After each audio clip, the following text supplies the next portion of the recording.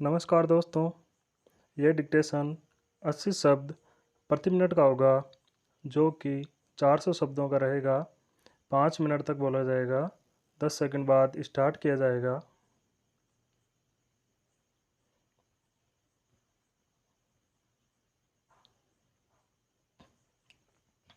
Start. सभापति महोदय, एक व्यक्ति की आमदनी 3-4 आने और दूसरे की 10-20 हजार रुपये है।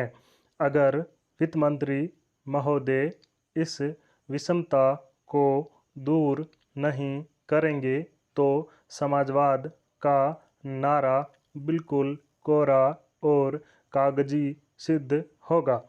इस देश में 8-10 करोड़ हरिजनों का एक ऐसा वर्ग है जिसकी आर्थिक स्थिति बहुत गिरी हुई है।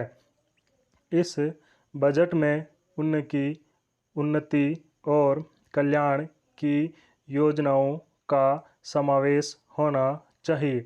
वित्त मंत्री ने 1500 करोड़ रुपए के जो कर लगाए हैं, उनसे देश के आम आदमियों की हालत खराब हो गई है।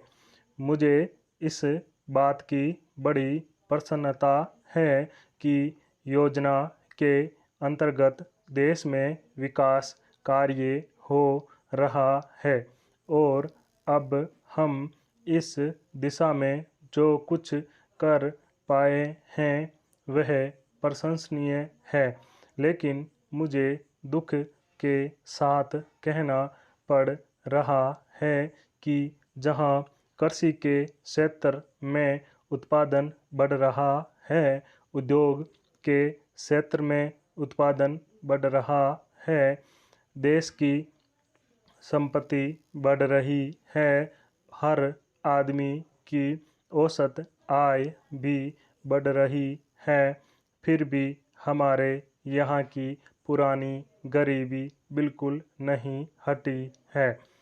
मैं समझता हूँ कि यह इस सदन के लिए और सरकार के लिए विचार करने का विषय है कि क्या कारण है कि जब हम 55 वर्षों से अपने देश की गाढ़ी कमाई का रुपया और दूसरे देशों से कर्ज लेकर बड़ी बड़ी रकमें देश के विकास के लिए खर्च कर रहे हैं और देश में धन भी पैदा हो रहा है, तब भी देश में जो लोग गरीब हैं उनकी गरीबी दूर नहीं हो पा रही है।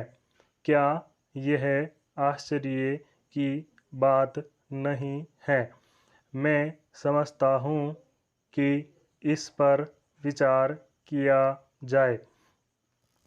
यह ठीक है कि हम समाजवाद के रास्ते पर जा रहे हैं, लेकिन समाजवाद के रास्ते पर ठीक ठीक चलें तो भी हम यह अनुमान नहीं लगा पाते हैं कि कितने वर्षों में हमारे देश की गरीबी दूर होगी।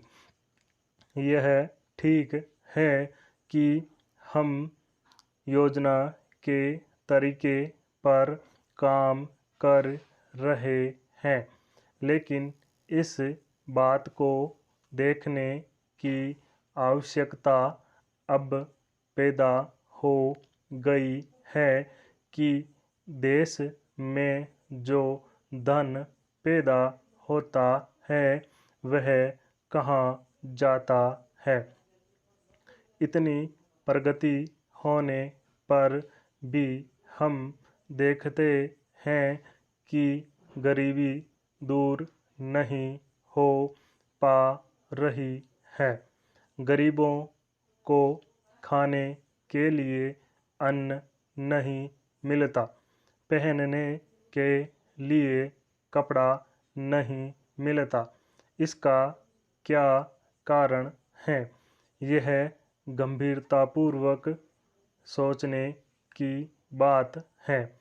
यह समस्या समाजवाद का प्रस्ताव पास करने से ही हल नहीं होगी। स्टॉप।